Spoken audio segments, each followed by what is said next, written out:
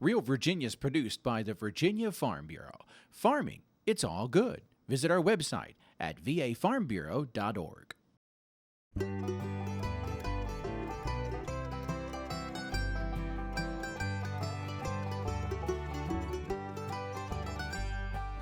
Home will always be Virginia, between the Blue Ridge and Chesapeake Bay, Atlantic to Appalachia,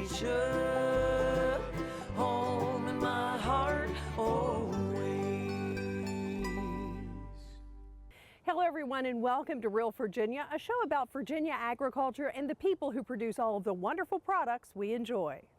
Virginia's smallest agricultural workers are struggling and Virginia lawmakers are offering their support. Mark Viette has a suggestion for a holiday gift from the garden, and we travel to FLUVANNA County to learn how local farmers helped bring agriculture back to the classroom. Welcome back everyone. We're here at an apiary in Henrico County, and as you can see, the bees are very busy behind me, and bees are essential to the agriculture industry. So much so that Virginia lawmakers have set aside some funding for beekeepers to expand their hives or get started in the business. Bees are important for much more than honey production in Virginia. Bees are used to pollinate many Virginia crops, including apple and peach orchards, grapes, cantaloupes, watermelons, and even alfalfa hay crops. If there are not enough bees, crop production begins to decline, costing farmers and the state millions in revenue. Without them, the quality of the product is not enhanced. It's more difficult to produce numbers, and so they're providing a better quality product. They're providing more product for us as far as that pollination. But the buzz has been bad for honeybees the past 8 years. Diseases and pests like bee mites have killed millions of them, making it difficult for American beekeepers to keep their hives going. It's gotten so bad that the state is offering financial help to beekeepers. The beehive grant is available to all individuals in the Commonwealth that wish to construct new beehives. That's the purpose of the grant, is the construction of new hives so that we can increase the number of hives that we have in the state. Any individual that wishes to apply for the grant can get up to $200 per hive, up to $2,400 per year that they're applying for that grant. The Beehive Grant Program was created in 2012. Grants are given on a first-come, first-served basis. Tignor says there were as many as 90,000 hives in Virginia in the 1970s. That number dropped to less than 25,000 by the 1990s. But now the state is beginning to see increased numbers, closer to 35,000 beehives. Jones Tyler has been in the beekeeping business for more than a decade and has seen firsthand the benefit of the grant money. You need to start out with 2 or 3 hives, and the only way to make that affordable is what Virginia's done. I mean, one hive, if you didn't pay for it, would probably cost you $500 for the bees and everything. But Virginia's made it so that it can, all you end up doing is you purchase the actual bees. Virginia pays for all the pieces and parts. You end up spending $400 and you have 3 hives. And now if a hive dies, you're not without bees. Scientists have proven that 1 in 3 bites of food you eat could be affected if we continue to lose honeybees, simply because they are the most effective pollinator out there. China did not take the proper precautions and have lost a huge, huge number of their beehives. They've lost so many of them. They pay people to go out into orchards and places to pollinate, to do what the bee does, to get the food. I mean, not for the honey, just to get the food from all of their orchards that they have in different crops. People are manually going around from flower to flower. I mean, that's the writing's on the wall. The U.S. Department of Agriculture reports honeybees support $15 billion a year in agricultural production, including more than 130 fruits and vegetables. So in other words, the future of America's food supply depends on healthy honeybees. If you're interested in applying for a beehive grant, go to the Virginia Department of Agriculture's website and search under the special programs link on the homepage. You'll need to provide documentation that you've purchased beehive equipment and other tax forms. Reporting in Henrico County, I'm Sherri McKinney. Wrapping around the northern half of Virginia's state capital is Henrico County, Less than a century ago, 56% of the farm operations in this county produced dairy and poultry products for the population of Richmond. HENRICO has a proud agricultural history dating back to the first colonial plantations. In addition to dairy, cattle, hogs, and poultry were raised on 1,508 farms in Henrico County in 1910. That number dropped to 518 farms by 1960 as production and transportation improvements made the land more valuable for housing. Today, there are still 178 farms producing grains, hay, and cattle in Henrico County, Virginia. Hi, I'm Mark Viette. Coming up on In the Garden, we're going to talk about spring bulbs. Stay with us. We are at the top of the Shenandoah Valley in Winchester, Virginia. My grandparents started the farm in 1906. My dad started the dairy in 1948. I came back to the farm in 1977 to help my dad and my mom to run the farm, and it was the best thing that ever happened to me in my entire life. Shannon is my youngest daughter. Jackie is my oldest daughter. They have such wonderful work ethics. Shannon is my right-hand person here. She helps with the milking. If I need something, at the drop of a hat, she's here. It's so wonderful to have daughters that have that sense of responsibility, sense of country, sense of love for the farm, and I know they will always be here to carry it on. I'm Kitty Hockman-Nicholas, and I'm dedicated to dairy, my cows, my milk, and my land. Today is Saturday. Today is Saturday. Yeah. Salad on Saturday, fruit on Friday, throw-a-ball Thursday. Water Wednesday, touch your toes Tuesday. Let's move Monday, swap snacks Sunday. All the healthy children eat well and move a lot. And move a lot. And move a lot. Eat well and move a lot. 60 minutes of physical activity a day and eating well can help get your child healthy. So keep them active and eating well every day. Skip a rope Saturday, freeze tag Friday, tap dance Thursday. Whole grains Wednesday, try a veggie Tuesday. Let's move Monday, split the sweet Sunday. Eat well and move a lot. Today is Saturday. Yeah. Today is Saturday. All the healthy children, all the healthy children. Get ideas. Get involved. Get going at letsmove.gov. That's letsmove.gov. Mark Viette takes us in the garden for some unique springtime gift ideas produced right here in Virginia.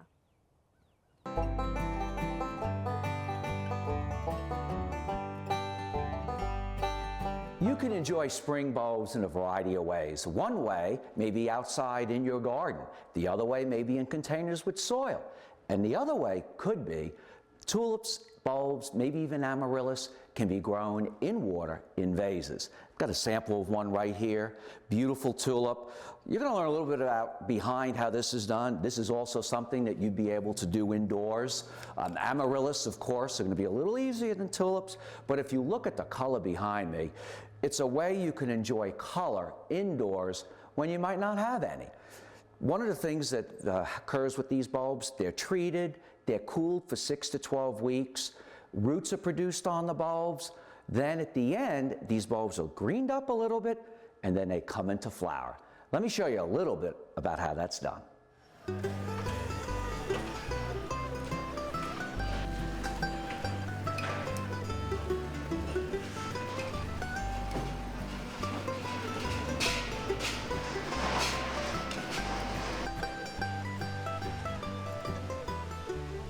I'm standing in the midst of 100,000 tulips or more. We're here in Stuart's Draft at a place called Bloomacre. And what they do is they take bulbs and they produce them in water so you can enjoy them indoors.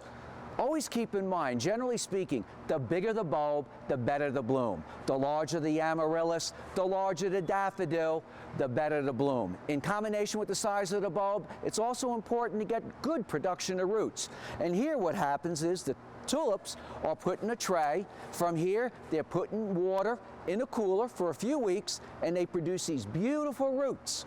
And from here, the next stage is you put them in a greenhouse like this, and they green up. Makes them hardier. Then this tray is put in a vase of water, shipped all over the country, where any one of us can enjoy and bring this indoors. Put this on your dining room table, your kitchen table, or your coffee table, and every day watch it grow and watch it come into bloom so you can enjoy a little color indoors. With all the bulbs you can grow in water, certain types like amaryllis and daffodils can be put outside after they finish blooming or kept year to year to bloom again. Now, it's much more difficult with tulips, so keep that in mind. The great thing about this, you can put this right on your table. Some people get these as gifts. Put it on your dining room table, and then over the next 2 or 3 weeks, you'll see this come with more foliage, buds, and then flower. I'm Mark Viette. Join me next time in the garden. For more garden tips, go to inthegardenradio.com. Warm weather is coming. Caressa Jackson has a recipe to kick off your summer slim down in the heart of the home.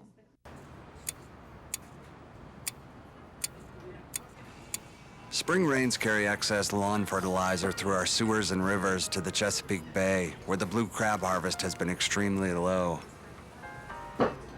So skip the fertilizer until fall. Because once they're gone, what's left to enjoy?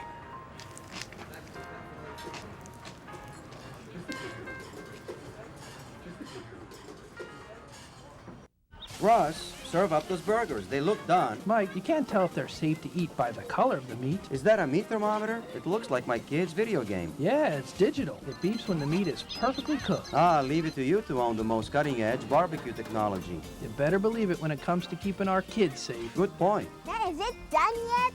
Sure is. Perfectly cooked, perfectly safe. You can't tell by looking. Use a food thermometer to be sure. For more information, visit www.isitdoneyet.gov. My turn. No, you just had it. Do I need to stop this car? Farmers are out working in the field again. That means more farm equipment on the road. Farm machinery only moves a fraction of the speed limit. It's not easy to judge how much distance you need to slow down, especially at night. Be on the lookout. You need to slow down to keep you and your family safe. So go ahead and enjoy the scenery, but remember there may be slow-moving farm equipment right around the bend. Nothing like a drive in the country. Healthy food does not have to be boring, especially if you add fresh Virginia spinach to your diet. Miss America 2010 and Virginia's own Caressa Jackson joins us in the heart of the home. Hi, I'm Caressa Jackson and welcome to Heart of the Home. We are here at the kitchen at Meadow Hall at the Meadow Event Park, and I'm so thankful for them allowing us to come into their kitchen. So, it's May. We're getting ready for our summer slim down, right? With that said, we're going to make a grilled chicken that is herb encrusted with garlic. Poultry is the #1 agricultural commodity in the state of Virginia. So right now you can find lots of fresh chicken at your local farmer market or at your local grocery. So the first step that we're going to do is season our chicken. I have here herb roasted garlic and onion powder, about a tablespoon of each. However, I like to cook with my hands. So what I'll do is I'll grab a pinch and just sprinkle it onto the chicken breast on the top, onion powder as well. Flip the chicken breast over and do the same thing on both sides. You can feel free to be as liberal or as sparing as you want, depending on what your dietary needs are or what your seasoning preferences are. I'm using here a grill pan for stovetop. You can also do this recipe on your actual grill outside as it starts to warm up. I have it preheated here to about medium high, somewhere in between there. You don't want to sear it too hot because you'll burn the outsides of the chicken and you can get it extremely dry. I have also preheated our oven to 350 because we will finish off this chicken dish in the oven. The reason we're doing that is sometimes because if you grill something for too long, the chicken can become really tough, really dry, and one thing you never want to serve is really tough, really dry chicken. So, I'm going to go ahead and lay it on our grill. And we're going to grill it on each side for about 3 minutes or for just long enough to get that crispy grill mark on there. Meanwhile, on this side of the oven, we want to preheat a skillet with lots of olive oil, just enough to get the bottom of the pan hot and crackling.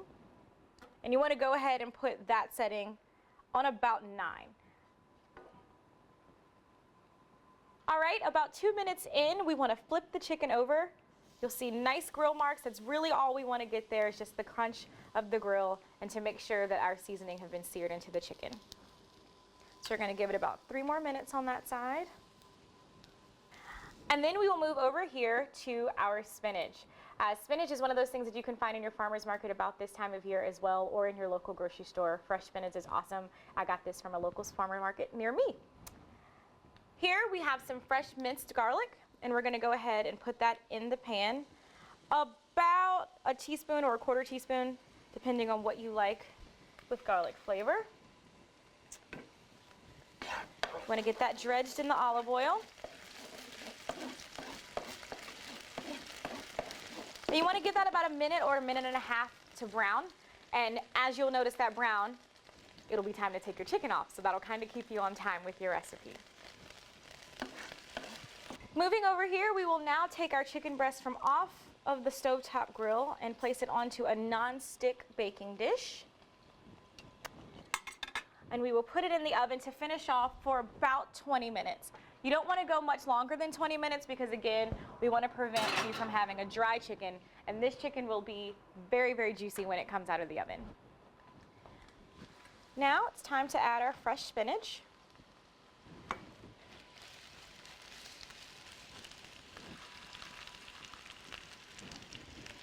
As a tip, spinach tends to cook down when it gets hot. So what you would normally use as a one-person setting if you were going to do cold spinach with just a regular dressing for a salad, you always want to go double that serving for when you're serving it hot because it wilts and it cooks down.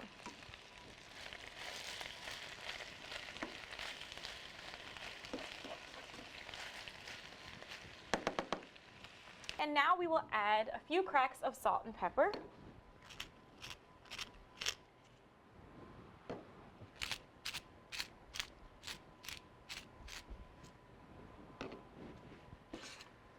This spinach is about done, so we're going to go ahead and move it onto our plate.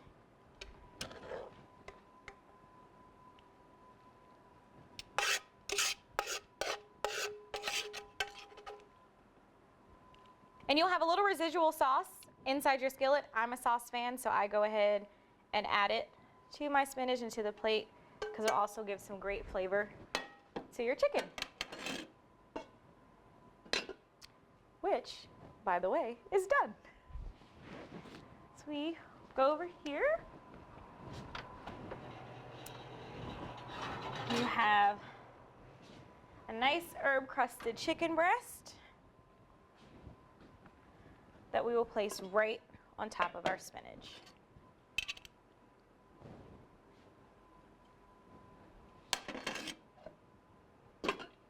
This is garlic encrusted grilled chicken over a bed of hot spinach.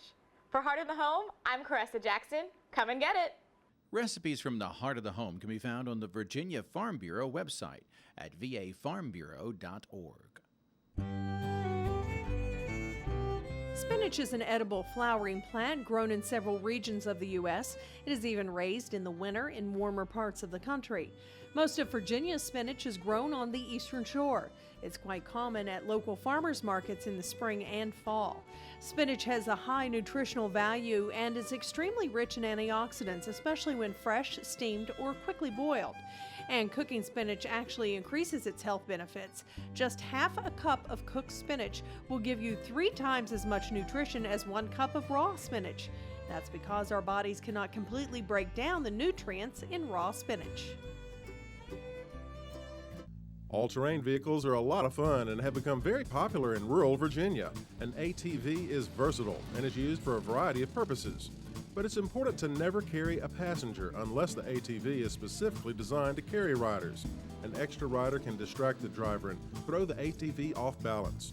Operate your ATV safely. And remember, no extra riders. For more on all-terrain vehicle safety, go to FarmBureauAdvantage.com. Severe weather can destroy a home in seconds. There's no time to think, only time to act. Have a kit so you're ready for any emergency. Develop a plan for what you and your family will do before disaster strikes. And stay informed during severe weather any way you can. It can be the difference between losing your possessions and losing your life. Just ask the owners of this house. Visit weather.com/ready and let the Weather Channel help you prepare your family for emergencies. Been a while since you've taken a boating safety course? Visit www.huntfishva.com to learn about Virginia's new boating safety education requirement. Don't get left in the past. Spring rains carry excess fertilizer through our sewers to the Chesapeake Bay, where the crab harvest has been extremely low. So skip the fertilizer until fall. Just tell your wife you're not slacking off. You're making sheet crab soup.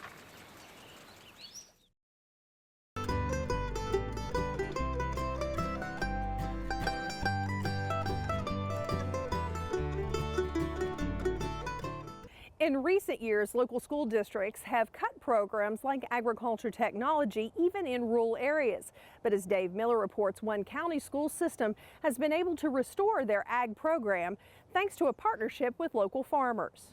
After a 20-year absence, FLUVANNA County has restored its high school agriculture technology classes.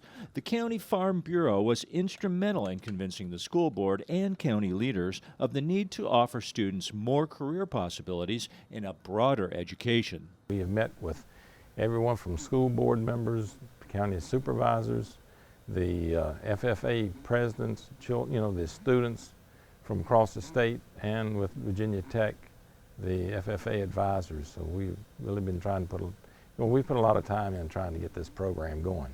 In just its first year back, the Ag Technology program has 100 students, and it's more popular all the time. Talking to some of the guidance counselors stuff, there's actually lots and lots of interest now building from other kids saying, hey, we get to play with plants or go outside, we're landscaping, we're learning how to work on lawnmowers, we're learning how to weld, and that's, the word of mouth has spread, and I think I'm going to be as many students as I can handle next year. It's actually, the interest is getting really high here. It's great in such a rural county to bring agriculture back into the school system, and through FFA we're able to do that and teach kids about plants and the agriculture around this area. The Virginia FFA Association, formerly known as the Future Farmers of America, was founded in 1926 at Virginia Tech. This youth leadership organization has always been a strong partner in the ag education courses at the local level. It makes them think and become leaders in the community as well as the school. And down the road, they'll be the ones that will be, we hope, will be taking part in the county offices, maybe running for election of a national office. But they get their starts in public speaking and thinking on their feet in these classes of horticulture and FFA. Well, it teaches me how to be a leader and how to put others first. Regardless of any situation, I have to make sure that other people are happy in FFA so that they still want to be in it, and that I can work with Mr. Jennings, that we can make it a great experience. The good news is that while less than 2% of the nation are full-time farmers, FFA memberships continue to grow. Students say the hands-on curriculum is a real attraction for them. No, I didn't grow up on a farm, but I really like working hard, working outdoors. I've worked on a few farms in my life, and it's just a career that I would like to pursue. Well, there's over 300 different careers that are involved in agriculture in general, not just in horticulture. And like I think George spoke about, the computers. I mean, that's precision agriculture is such a big drive in the future of agriculture, where the computer basically is running the tractor, and that way you know how much fertilizer is spread on the field here and there. But being able to work on those computers, some of the jobs might not be getting your hands dirty with mud and dirt, but you're actually working on the stuff that is getting dirty. The FLUVANNA County Farm Bureau continues to provide material, support, and advice. Between helping to build the high school greenhouse and sponsoring several upcoming competitions, the FLUVANNA County Ag program is growing, and so is a bright future for farming in this community. In FLUVANNA County, this is Dave Miller reporting. That's going to do it for this edition of Real Virginia. We are so glad you could join us to celebrate the bounty Virginia has to offer. Whether it's in your home, your garden, or your landscape, we're proud to say that this is Real Virginia. So for everyone from the Virginia Farm Bureau, thanks for watching. Make it a good month.